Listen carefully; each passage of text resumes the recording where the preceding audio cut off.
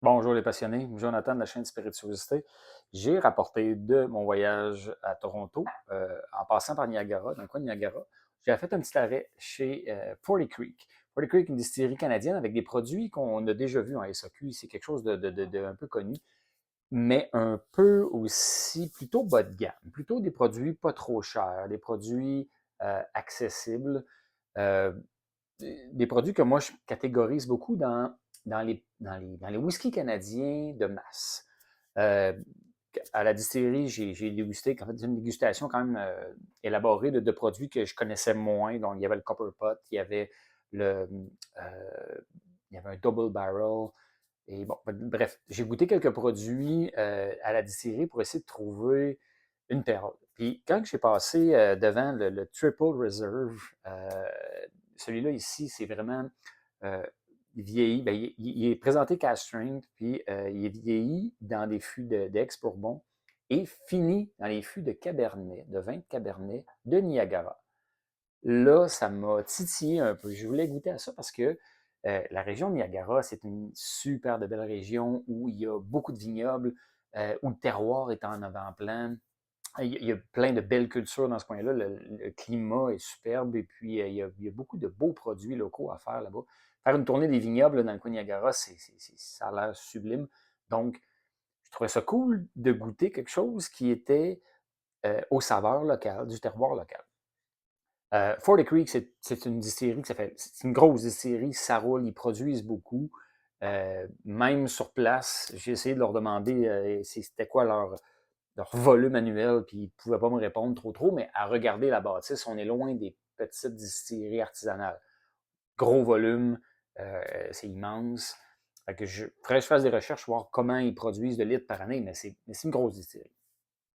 Ils font des produits canadiens qu'on reconnaît bien, la vanille métallique, les alambics en colonne, tout ça. Ils ont un pot style aussi, fait que je pense que c'est un peu un mélange de tout ça là, qu'ils peuvent nous faire. Mais bon, lors de ma dégustation, j'ai pas eu beaucoup de coups de cœur jusqu'à ce que je tombe sur ce whisky-là, avec une finition en fût de vin qui, de plus, est un vin local dans ce coin-là. Moi, j'ai vraiment, vraiment, vraiment été attiré par les specs sur papier, ça sonnait très bien. Et ça s'est avéré à être un beau coup de cœur. Pour vrai, une bouteille dans les 85 canadiens avec un super de beau profil. Moi, je pense que c'est ça qu'on veut. C'est ça qui devrait faire plus. Et on en reparle un peu après la dégustation, mais pour vous présenter ce whisky-là, il est à 51% d'alcool, cask strength, bon, avec la finition en fût de vin Cabernet de la région de Niagara.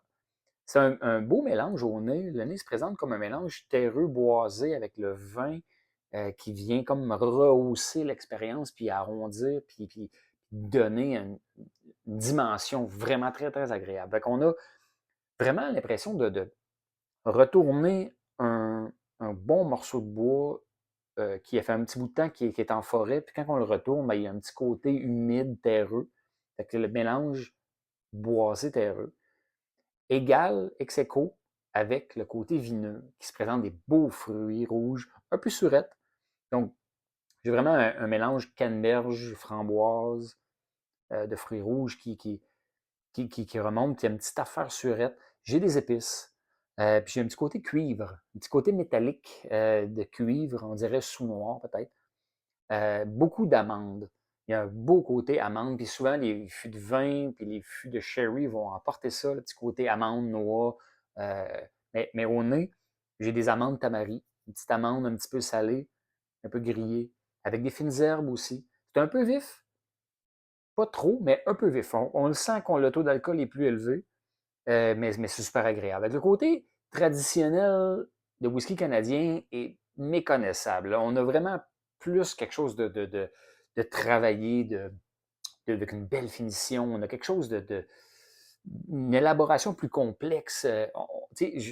À l'aveugle, on m'aurait donné ça. Je pense pas que j'aurais dit que c'est un whisky canadien. J'aurais été. C'est pas écossais, ça n'a pas un style écossais, mais j'aurais été un peu déboussolé, mais j'aurais pas reconnu les signes traditionnels de l'espèce de vanille métallique, d'alambic en colonne, de, de, de gros, euh, caramel simple. Là, c'est complexe. Fait que, fait que j'adore ça. J'adore le fait d'être déboussolé un petit peu puis de ne pas reconnaître le typique whisky canadien, pas trop cher, qui est bon, mais sans plus. Fait que là, on a de quoi de plus relevé, de plus intense, de plus le fun. Très belle surprise. Je pense que quand on travaille fort aussi un peu, il y a le petit côté caramel salé. C'est un peu discret, mais c'est là. Puis il y a une odeur là-dedans que j'essaie de mettre le doigt dessus. Qui fait que c'est pas du cuir, pas du foin macéré. En tout cas, peut-être que je vais le trouver. Mais pour l'instant, on plonge. Santé. Mhm. En bouche, le fût de vin ressort, brille, super bon. Là, on a beaucoup de noix. C'est gras, c'est huileux, des belles noix. Au nez, on avait une amande un peu grillée, un peu tamari, là, mais en bouche, c'est vraiment de la grosse noix. Il y a encore du fruit. Le côté surette sort un peu, avec un mélange encore de canneberge. Je dirais canneberge raisin. En bouche, c'est vraiment un petit côté raisin.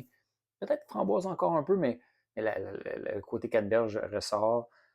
Fruits rouges encore. Puis on a un alcool qui est bien intégré. 51%, c'est pas si élevé quand même. Donc, je trouve ça spécial que ce soit un cast strength juste à 51, mais bon, c'est ça. C'est ce qu'ils nous disent. Mais ça s'intègre bien. Fait qu'en bouche, le taux d'alcool sort comme un peu les épices. Ça se marie super bien aux fruits. Un peu de chêne, pas trop. Puis les herbes, les fines herbes, quand même assez. On y retourne. Mm. C'est le côté gras des noix qui est vraiment super bon au palais, je trouve, puis qui se marie bien avec les fruits. Puis le fût de vin était pas trop cheap. C'est une grosse batch quand même. Le lot numéro 19, 5452 bouteilles. C'est pas un petit lot. Donc, mais ils n'ont quand même pas étiré le fût de vin trop longtemps jusqu'à ce qu'il ne goûte plus rien. C'est ce qui arrive souvent dans les grandes whisky, dans les grandes distilleries de whisky canadien, c'est les fûts. On dirait qu'on ne donne pas d'importance aux fûts. Les fûts, c'est souvent réutilisé, réutilisé, réutilisé, tellement qu'on ne goûte plus. On fait un très bon distillat, on a de très bons grains, on s'amuse beaucoup avec ça, puis on fait de quoi de super bon comme distillat, mais après ça, il manque un bon fût pour le mettre dedans, puis je pense que c'est le côté qui est souvent bâclé ou sous-estimé dans les distilleries canadiennes. Mais dans ce cas-ci, le fût de vin est assez bon, assez frais pour que ça paraisse et que ça rehausse le whisky d'une façon magnifique, en fait. Ah, je ne m'attends pas. Je ne m'attends pas. C'est très bon. Une finition, la finale est encore sur les noix. Un petit côté raisin, un petit côté pomme rouge aussi. Je trouve qu'il y a une petite pomme qui ressort dans la finition avec des épices. Pas trop. C'est pas une finale très chaude, mais plutôt longue quand même. Côté longueur, elle s'étire bien. Moi, je pense qu'une distillerie comme Forty Creek, qui est bien établie, qui vend beaucoup de produits au travers du Canada et aux États-Unis, qui a un bon volume, à côté de beaux vignobles, puis de belles petites découvertes où il y a du vieillissement autour, là, qui font sûrement des super de bons vins fortifiés, qui font vraiment des bons vins dans ce coin-là. Moi, j'exploiterais ça. Moi, là, je pense que être Forty Creek, oui, j'aurais les flagships, les espèces de gros produits core range qu'on vend et qui se vendent beaucoup. Puis je ferais plein de belles éditions avec ces beaux fûts-là qui traînent alentour. Là. Ils n'ont pas besoin d'aller loin. Là. Je pense que tout près, il y avait 7 vignobles que j'ai croisés là, tout rapidement, là, sans même fouiller. Il y a moyen de trouver des beaux fûts là-dedans qui vont être super agréables, puis de travailler des trucs, puis de sortir des super de belles éditions comme celle-là, que les geeks et les non-geeks vont apprécier. Parce que moi, je pense pas que c'est un whisky qui est seulement dédié aux gros connaisseurs. Moi, je pense que tout le monde peut apprécier ce whisky-là. Oui, il est un peu plus élevé en alcool, mais c'est assez bien intégré, surtout au palais. Au nez, c'était vif un peu. Mais là, je suis quand même assez.